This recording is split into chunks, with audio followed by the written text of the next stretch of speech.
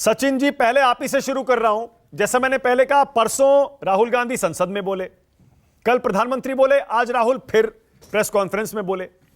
क्या यह कांग्रेस की और आपकी सोची समझी एक रणनीति है, स्ट्रैटेजी है कि प्रधानमंत्री को अंदर और बाहर दोनों जगह घेरना है? सचिन जी बोलिए।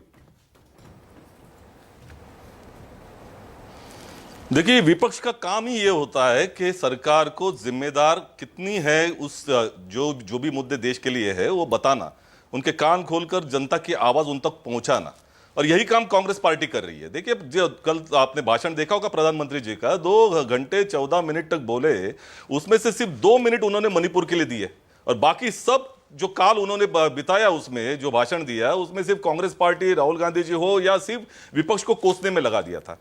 जहां तक जवाबदेही की बात है उसके बारे में उन्होंने कुछ नहीं कहा। क्या कहा है राहुल गांधी जी ने? राहुल गांधी जी ने कहा था भारत माता, निश्चित तौर पर भारत माता की हत्या वहां हुई है। क्या है भारत माता? देखिए, ये शब्द जो भारत माता है, जो हमारे दिल से जुड़ा हुआ शब्द है, हमारा देश है, उसको एक्सपंज करने की नौबत भारतीय जनता पार्टी ने इस देश की संसद के ऊपर लाई है। इससे बड़ी अफसोसजनक बात हो नहीं सकती। और भारत माता ये आइडिया ऑफ इंडिया है, इस देश के लोग हैं। नेहरू जी ने भी कहा था भारत माता क्या है, नेहरू जी ने यह कहा था कि ये देश के लोग हैं। आज मणिपुर की जनता क्या देश के लोग नहीं है? आज 2 हिस्सों में बंट चुका है मणिपुर। जब राहुल गांधी जी वहां गए थे तो उनको कहा था कि आपके सिक्योरिटी में, जब मैती एरिया में गए थे तो उन्होंने कहा था कुकी नहीं होना चाहिए वहां, और कुकी एरिया में जब गए थे वहां मैती एरिया में नहीं होना चाहिए, मैती कोई नहीं होना चाहिए, क्योंकि उनकी हत्या कर दी जाएगी। ये खुलेआम धमकियां दी जा रही है। 100% ये जो आबादी है वहां की, वो बढ़ चुकी है, पोलराइज हो चुकी है। वहां एक एथनिक वायलेंस हो रहा है। इस देश की जो आइडिया ऑफ इंडिया है, इस देश के सभी धर्म के, सभी जाति के लोग एक साथ प्यार से रहें, आज वो प्यार खत्म हो चुका है। सचिन जी, जिस तरह से बलात्कार कर रहे हैं, कौन कर रहे हैं? अपने भाई, अपनी बहनों के ऊपर बलात्कार हो रहे हैं। लेकिन परसों अमित शाह ने तो खूब विस्तार से इसका भाषण, पूरा जवाब दिया था, बाकायदा रिकॉर्ड्स के साथ, घटनाएं सारी बताते हुए सरकार ने क्या क्या किया, वहां क्या हालात हैं। 1 घंटा बोले थे मणिपुर पर वो।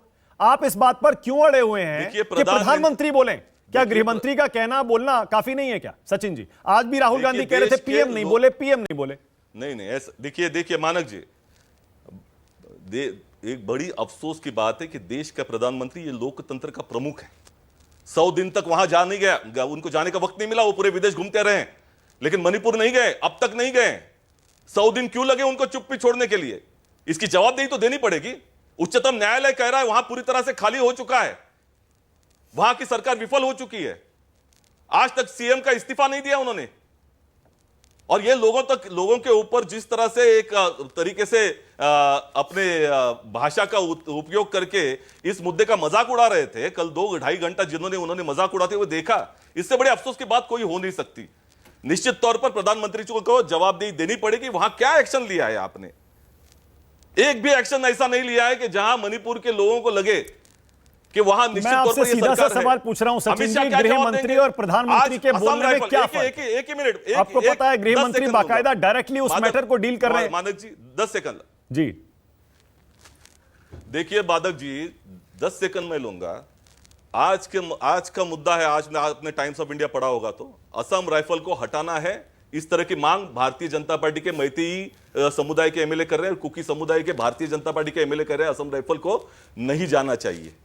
असम राइफल और मणिपुर पुलिस एक दूसरे के ऊपर एफआईआर कर रही है, तो ये इस तरह का माहौल वहां है। तो गृह मंत्री इस देश के विफल हो चुके हैं, उनको भी इस्तीफा देना चाहिए। और वहां का अभी तक तो आपने अमित शाह का इस्तीफा मांगा नहीं था, उसको भी आप टीवी डिबेट में बताइए, संसद और प्रेस कॉन्फ्रेंस से आगे निकल के आप अमित शाह का भी इस्तीफा मांग रहे हैं। देखिए, होम मिनिस्टर, देखिए कांग्रेस पार्टी लगातार इस मुद्दे को उठा रही है, मणिपुर के मुद्दे को उठाती आ रही है, लेकिन भारतीय जनता पार्टी इसका जवाब नहीं देना चाहती। वो लोगों को भटकाना चाहती है अलग अलग मुद्दों के ऊपर, और इसी वजह से कल का जो 3 दिन का सेशन है, अविश्वास प्रस्ताव किसके लिए था? वो मणिपुर की जनता के आवाज के उठाने के लिए था। सिर्फ 2 मिनट प्रधानमंत्री जी बोले उसके बारे में। ओके, संजू वर्मा।